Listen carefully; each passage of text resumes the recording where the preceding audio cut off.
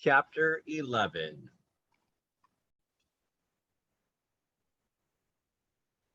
Diggory and his uncle are both in trouble. You may think the animals were very stupid not to see at once that Uncle Andrew was the same kind of creature as the two children and the cabby. But you must remember that the animals knew nothing about clothes. They thought that Polly's frock and Diggory's Norfolk suit and the cabby's bowler hat were as much parts of them as their own fur and feathers. They wouldn't have known even that those three were all the same kind if they hadn't spoken to them, and if Strawberry had not seemed to think so. And Uncle Andrew was a great deal taller than the children and a good deal thinner than the cabby.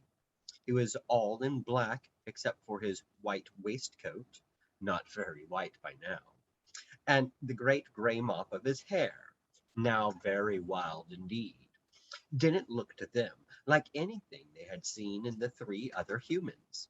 So it was only natural that they should be puzzled. Worst of all, he didn't seem to be able to talk. He had tried to. When the bulldog spoke to him, or as he thought, first snarled and then growled at him, he held out his shaking hand and gasped, "Good doggy, then, poor old fellow." But the beasts could not understand him any more than he could understand them. They didn't hear any words, only a vague sizzling noise. Perhaps it was just as well they didn't, for no dog that I ever knew, least of all a talking dog of Narnia, likes being called a good doggy then, any more than you would like being called my little man. Then Uncle Andrew dropped down in a dead faint. "There," said a warthog. "it's only a tree. I always thought so." Remember, they had never yet seen a faint or even a fall. The bulldog, who had been sniffing Uncle Andrew all over, raised its head and said, "It's only an animal. Certainly an animal. And probably the same kind as those other ones." "I don't see that," said one of the bears. "An animal wouldn't just roll over like that. We're animals and we don't roll over. We stand up like this." He rose to his hind legs, took a step backwards, tripped over a low branch, and fell flat on his back. "The third joke! The third joke! The third joke!" said the jackdaw in great excitement. "I still think it's sort of a tree," said the warthog. "If it's a tree," said the other bear, "there might be a bee's nest in it." "I'm sure it's not a tree," said the badger. "I had a sort of idea it was trying to speak before it toppled over." "That was only the wind in its branches," said the warthog. "You surely don't mean," said the jackdaw to the badger, "that you think it's a talking animal? It didn't say any words." "And yet, you know," said the elephant. The she-elephant, of course. Her husband, as you remember, had been called away by Aslan. "and yet, you know, it might be an animal of some kind. Mightn't the whitish lump at this end be a sort of face? And couldn't those holes be eyes and a mouth? No nose, of course, but then, one mustn't be narrow-minded. Very few of us have what they could call exactly a nose." She squinted down the length of her own trunk with pardonable pride. "I object to that remark very strongly," said the bulldog. "The elephant is quite right," said the tailor. "I tell you what," said the donkey brightly, "perhaps it's an animal that can't talk, but thinks it can. Can it be made to stand up said the elephant thoughtfully. She took the limp form of Uncle Andrew gently in her trunk and set him up on end, upside down, unfortunately, so that 2 half-sovereigns, 3 half-crowns, and a sixpence fell out of his pocket. But it was no use. Uncle Andrew merely collapsed again. There, said several voices. It isn't an animal at all. It's not alive. I tell you, it is an animal, said the bulldog. Smell it for yourself. Smelling isn't everything, said the elephant. Why, said the bulldog, if a fellow can't trust his nose, what is he to trust? Well, his brains, perhaps, she replied mildly. I object to that remark very strongly, said the bulldog. Well, we must do something about it, said the elephant, because it may be the Nevil, and it must be shown to Aslan. What do most of us think? Is it an animal or something of the tree kind? Tree, tree, said a dozen voices. Very well, said the elephant. Then, if it's a tree, it wants to be planted. We must dig a hole. The 2 moles settled that part of the business pretty quickly. There was some dispute as to which way up Uncle Andrew ought to be put into the hole, and he had a very narrow escape from being put in head foremost. Several animals said his legs must be his branches, and therefore the gray fluffy thing, they meant his head, must be his root. But then others said that the forked end of him was the muddier, and that it spread out more, as roots ought to do. So finally he was planted right way up. When they had patted down the earth, it came up above his knees. It looks dreadfully withered, said the donkey. Of course it wants some watering, said the elephant. I think I might say, meaning no offense to anyone present, that perhaps for that sort of work my kind of nose. I object to that remark very strongly, said the bulldog. But the elephant walked quietly to the river, filled her trunk with water, and came back to attend to Uncle Andrew. The sagacious animal went on doing this till gallons of water had been squirted over him, and water was running out of the skirts of his frock coat as if he had been for a bath with all his clothes on. In the end, it revived him. He awoke from his faint. What awakening it was! But we must leave him to think over his wicked deeds, if he was likely to do anything so sensible, and turn to more important things. Strawberry trotted on with Diggory on his back till the noise of the other animals died away. And now the little group of Aslan and his chosen counselors was quite close. Diggory knew that he couldn't possibly break in on so solemn a meeting, but there was no need to do so. At a word from Aslan, the he-elephant, the ravens, and all the rest of them drew aside. Diggory slipped off the horse and found himself face to face with Aslan. And Aslan was bigger and more beautiful and more brightly golden and more terrible than he had thought. He dared not look into the great eyes. Please, Mr. Lion, Aslan, sir, said Diggory. May I, please, will you give me some magic fruit of this country to make my mother well? He had been desperately hoping that the lion would say, yes. He had been horribly afraid it might say, no. But he was taken aback when it did neither.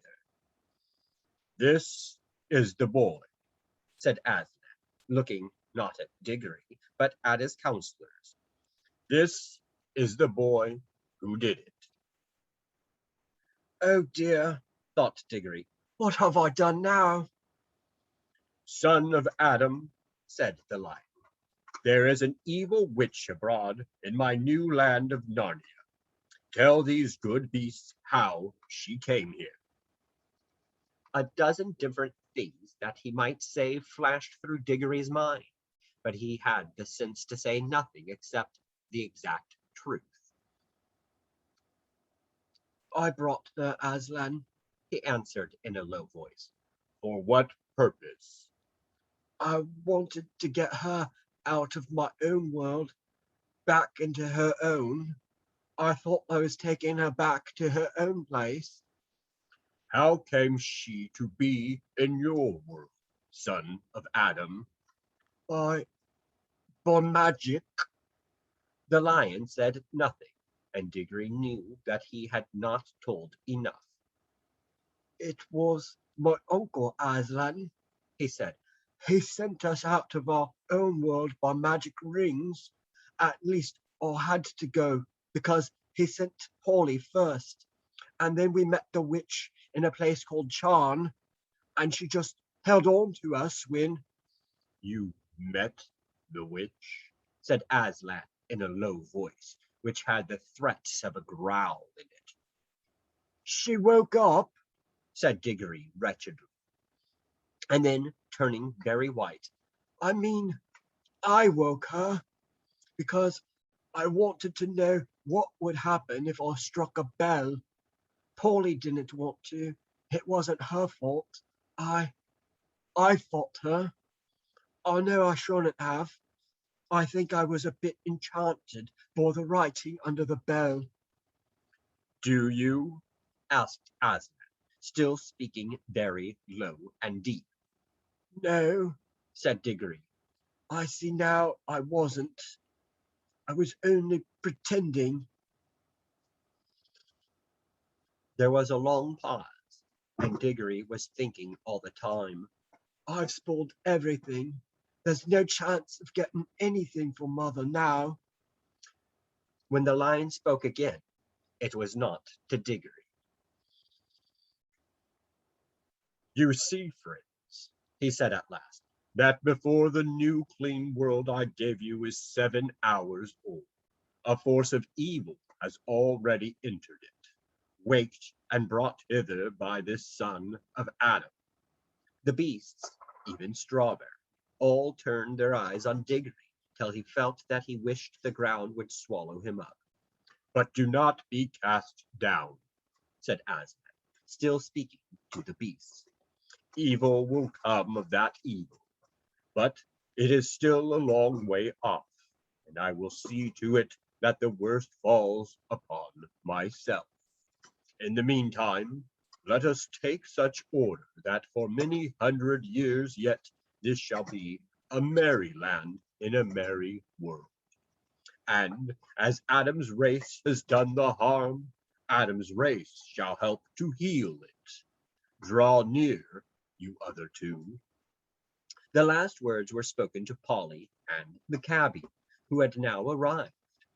Polly, all eyes and mouth, was staring at Aslan and holding the cabby's hand rather tightly. The cabby gave one glance at the lion and took off his bowler hat. No one had yet seen him without it. When it was off, he looked younger and nicer and more like a countryman and less like a London cabman. Son, said Aslan to the cabby, I have known you long. Do you know me? Well, no, sir, said the cabby. Leastwise, not in an ordinary manner of speaking. Yet I feel somehow, if I may make so free, as how we've met before. It is well, said the lion. You know better than you think you know, and you shall live to know me better yet. How does this land please you? It's a fair treat, sir, said the cabby. Would you like to live here always? Well, you see, sir, I'm a married man, said the cabby. If my wife was here, neither of us would ever want to go back to London, I reckon. We're both country folks, really. Aslan threw up his shaggy head, opened his mouth, and uttered a long single note, not very loud, but full of power. Polly's heart jumped in her body when she heard it. She felt sure that it was a call, and that anyone who heard that call would want to obey it, and what's more, would be able to obey it, however many worlds and ages lay between.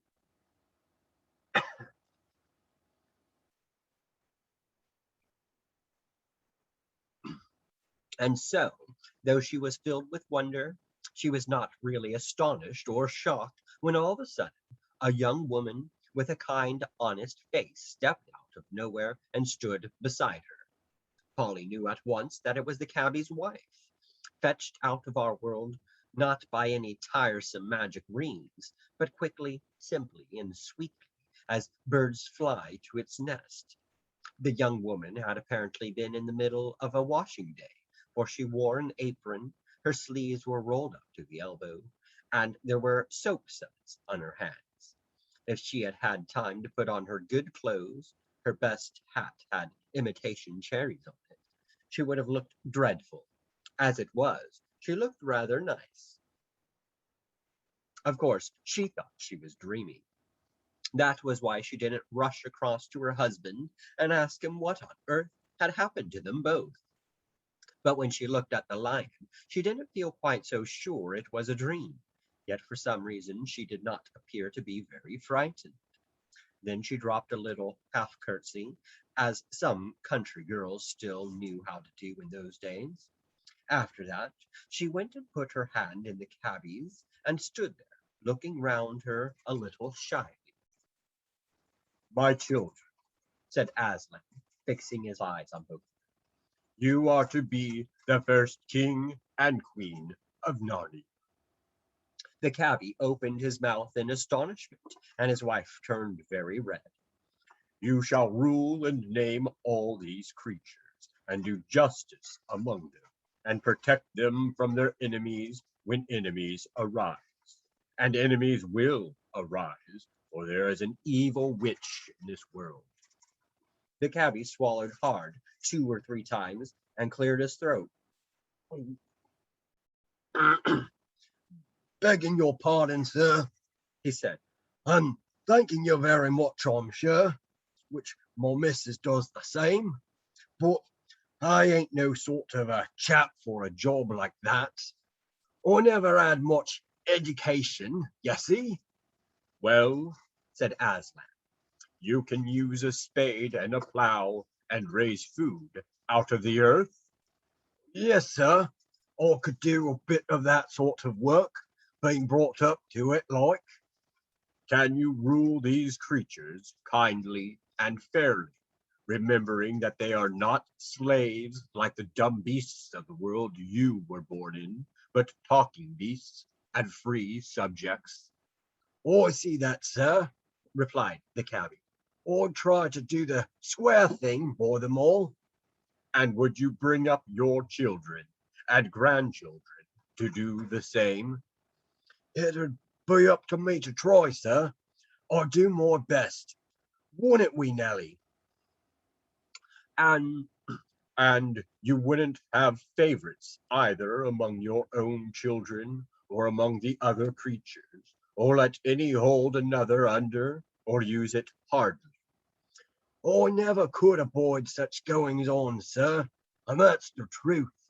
I'd give 'em what for if I caught 'em at it. said the cabbie. All through this conversation, his voice was growing slower and richer, more like the country voice he must have had as a boy, and less like the sharp, quick voice of a cockney. And if enemies came against the land, for enemies will arise, and there was war, would you be the first in the charge and the last in the retreat? Well, sir, Said the cabbie very slowly. a chap don't exactly know till he's been tried. I dare say I might turn out ever such a soft 'un. Never did no fighting except with my fists. I'd try, that is, I hope I'd try to do my bit. Then Said Aslan. you will have done all that a king should do. Your coronation will be held presently, and you and your children and grandchildren shall be blessed, and some will be kings of Narnia, and others will be kings of Arch, which lies yonder over the southern mountains. And you, little daughter, Here he turned to Polly. are welcome.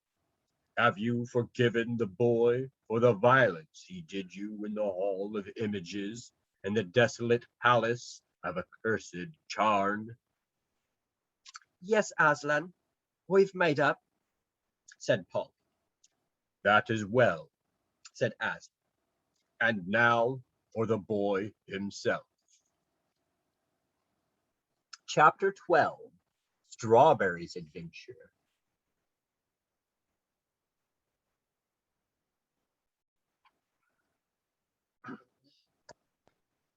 Diggory kept his mouth very tight shut.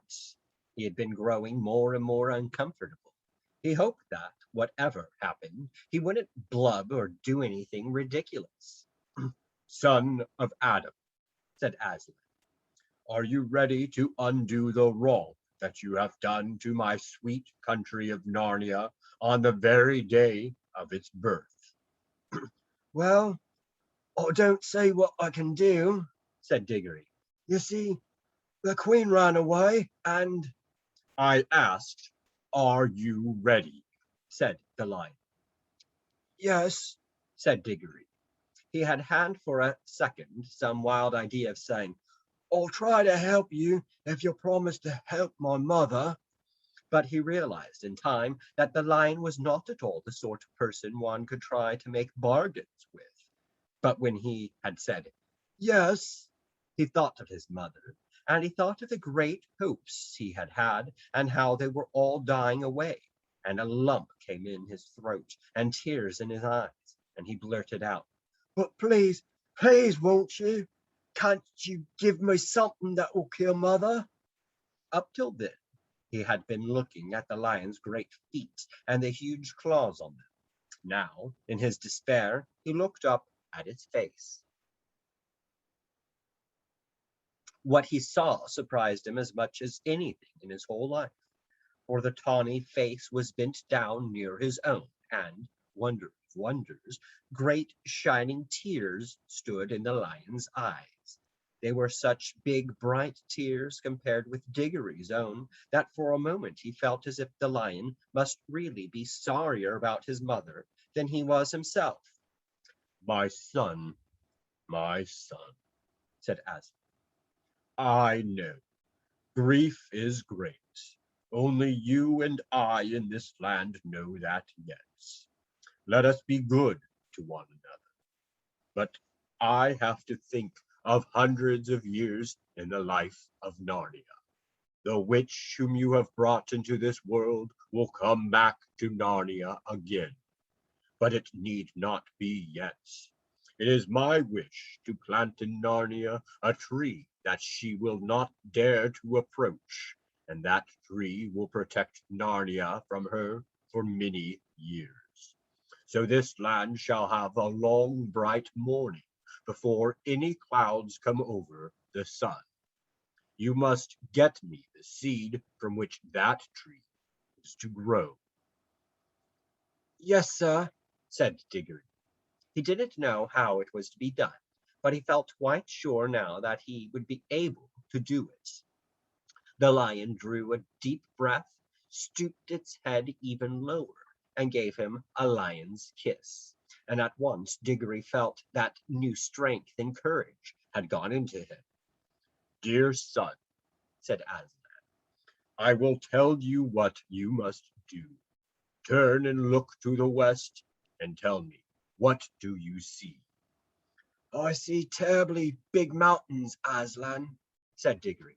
I see this river coming down cliffs in a waterfall, and beyond the cliff there are high green hills with forests, and beyond those there are higher ranges that look almost black, and then far away there are big snowy mountains all heaped up together like pictures of the Alps, and behind those there's nothing but the sky. You see well. Said the Lion. Now the land of Narnia ends where the waterfall comes down. And once you have reached the top of the cliffs, you will be out of Narnia and into the western wild. You must journey through those mountains till you find a green valley with a blue lake in it, walled round by mountains of ice. At the end of the lake, there is a steep green hill. On the top of that hill, there is a garden. In the center of that garden is a tree. Pluck an apple from that tree and bring it back to me. Yes, sir, said Diggory again. He hadn't the least idea of how he was to climb the cliff and find his way among all the mountains, but he didn't like to say that for fear it would sound like making excuses. But he did say, I hope, Aslan, you're not in a hurry.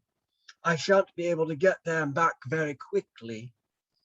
Little son of Adam, you shall have help, Said Aslan. He then turned to the horse, who had been standing quietly beside them all this time, swishing his tail to keep the flies off, and listening with his head on one side as if the conversation were a little difficult to understand. My dear, Said Aslan to the horse. would you like to be a winged horse? You should have seen how the horse shook its mane and how its nostrils widened, and the little tap it gave the ground with one back hoof. Clearly, it would very much like to be a winged horse, but it only said, If you wish, Aslan, if you really mean. I don't know why it should be me. I'm not a very clever horse. Be winged. Be the father of all flying horses, Roared Aslan in a voice that shook the ground. Your name is Fledge. The horse shied, just as it might have shied in the old miserable days when it pulled a hansom. Then it roared. It strained its neck back as if there were a fly biting its shoulders and it wanted to scratch them.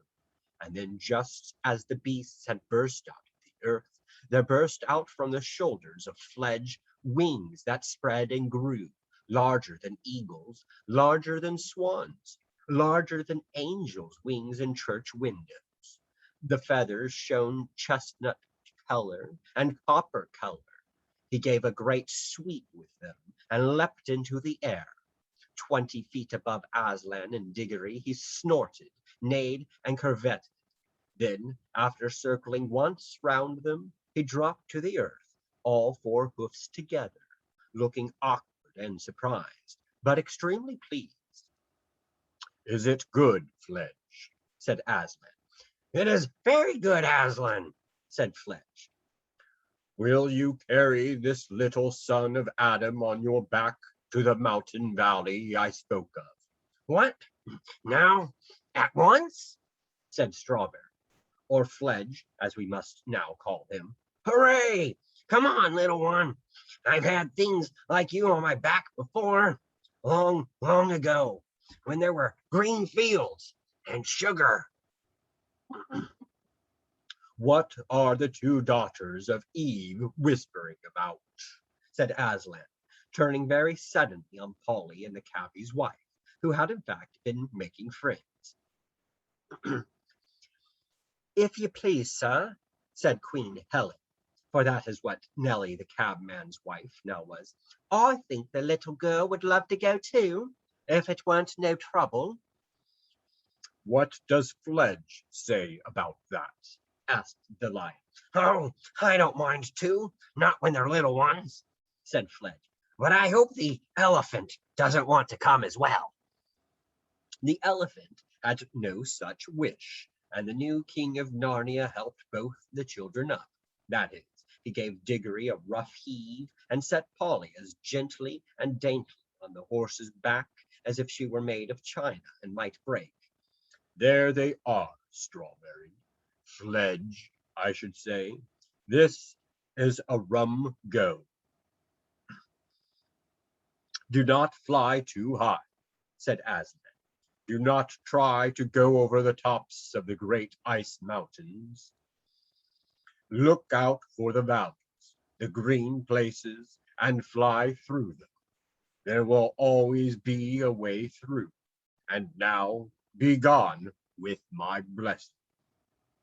Oh, Fledge, said Diggory, leaning forward to pat the horse's glossy neck. This is fun. Hold on to me tight, Polly. Next moment, the country dropped away beneath them and whirled round as Fledge, like a huge pigeon, circled once or twice before setting off on his long westward flight. Looking down, Polly could hardly see the king and the queen, and even as himself was only a bright yellow spot on the green grass. Soon the wind was in their faces, and Fledge's wings settled down to a steady beat. All Narnia, many-colored with lawns and rocks and heather and different sorts of trees, lay spread out below them, the river winding through it like a ribbon of quicksilver. They could already see over the tops of the low hills which lay northward on the right. Beyond those hills, a great moorland sloped gently up and up to the horizon. On their left, the mountains were much higher, but every now and then there was a gap when you could see, between steep pine woods, a glimpse of the southern lands that lay beyond them, looking blue and far away. That'll be where Archenland is, said Polly. Yes, but look ahead, said Diggory. For now a great barrier of cliffs rose before them, and they were almost dazzled by the sunlight dancing on the great waterfall by which the river roars and sparkles down into Narnia itself from the high western lands in which it rises. They were flying so high already that the thunder of those falls could only just be heard as a small, thin sound, but they were not yet high enough to fly over the tops of the cliffs. We'll have to do a bit of zigzagging here, said Fledge. Hold on tight. He began flying to and fro, getting higher at each turn. The air grew colder, and they heard the call of eagles far below them. I say, look back, look behind, said Polly. There they could see the whole valley of Narnia stretched out to where, just before the eastern horizon, there was a gleam of the sea.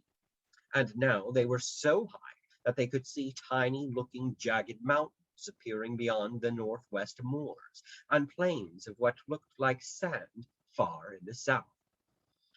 I wish we had someone to tell us what all those places are, said Diggory. I don't suppose they're anywhere yet, said Polly. I mean, there's no one there, and nothing happening. The world only began today. No, but people will get there, said Diggory. And then they'll have histories, you know.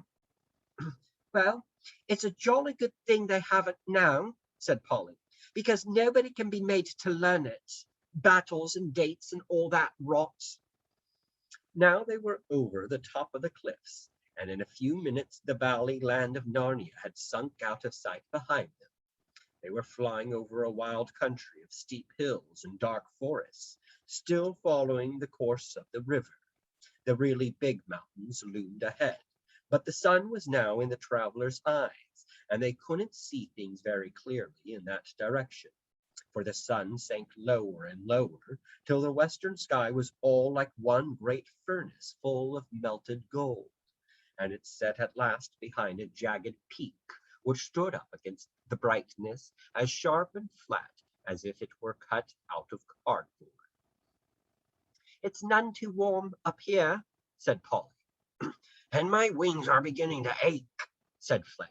There's no sign of the valley with a lake in it, like what Aslan said. What about coming down and looking out for a decent spot to spend the night in? We shan't reach that place tonight. Yes, and surely it's about time for supper, said Diggory. So Fledge came lower and lower. As they came down nearer to the earth and among the hills, the air grew warmer, and after traveling so many hours with nothing to listen to but the beat of Fledge's wings, it was nice to hear the homely and earthy noises again, the chatter of the river on its stony bed, and the creaking of trees in the light wind. A warm, good smell of sun-baked earth and grass and flowers came up to them. At last, Fledge alighted. Diggory rolled off and helped Polly to dismount. Both were glad to stretch their stiff legs. The valley in which they had come down was in the heart of the mountains, snowy heights, one of them looking rose-red in the reflections of the sunset, towered above them. I am hungry, said Diggory. Well, tuck in, said Fledge, taking a big mouthful of grass. Then he raised his head, still chewing and with bits of grass sticking out on each side of his mouth like whiskers, and said, Come on, you two. Don't be shy. There's plenty for us all. But we can't eat grass, said Diggory. Said Fledge, speaking with his mouth full. Well, don't know quite what you'll do then. Very good grass, too. Polly and Diggory stared at one another in dismay. Well, I do think someone might have arranged about our meals, said Diggory. I'm sure Aslan would have, if you'd asked him, said Fledge. Wouldn't he know without being asked? said Polly. I have no doubt he would, said the horse, still with his mouth. But I have a sort of idea he likes to be asked. But what on earth are we to do? asked Diggory. I'm sure I don't know, said Fledge, unless you try the grass. You might like it better than you think. Oh, don't be silly, said Polly, stamping her foot. Of course humans can't eat grass any more than you could eat a mutton chop. For goodness sake, don't talk about chops and things, said Diggory. It only makes it worse. Diggory said that Polly had better take herself home by ring and get something to eat there. He couldn't himself, because he had promised to go straight on his message for Aslan, and if once he showed up again at home, anything might happen to prevent his getting back. But Polly said she wouldn't leave him, and Diggory said it was jolly decent of her. I say, said Polly, I've still got the remains of that bag of toffees in my jacket. It'll be better than nothing. A lot better, said Diggory. But be careful to get your hand into your pocket without touching your ring. This was a difficult and delicate job, but they managed it in the end. The little paper bag was very squashy, sticky when they finally got it out, so that it was more a question of tearing the bag off the toffees than of getting the toffees out of the bag. Some grown-ups, you know how fussy they can be about that sort of thing, would rather have gone without supper altogether than eaten those toffees. There were 9 of them, all told. It was Diggory who had the bright idea of eating 4 each and planting the 9th, for as he said, if the bar off the lamp-post turned into a little light tree, why shouldn't this turn into a toffee tree? So they dibbled a small hole in the turf and buried the piece of toffee. Then they ate the other pieces, making them last as long as they could. It was a poor meal, even with all the paper.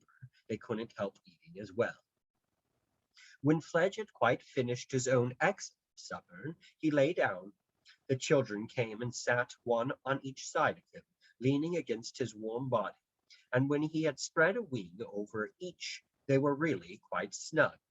As the bright young stars of that new world came out, they talked over everything. How Diggory had hoped to get something for his mother, and how, instead of that, he had been sent on this message. And they repeated to one another all the signs by which they would know the places they were looking for, the blue lake and the hill with a garden on top of it. The talk was just beginning to slow down as they got sleepy, when suddenly Polly sat up, wide awake, and said, "Hush!"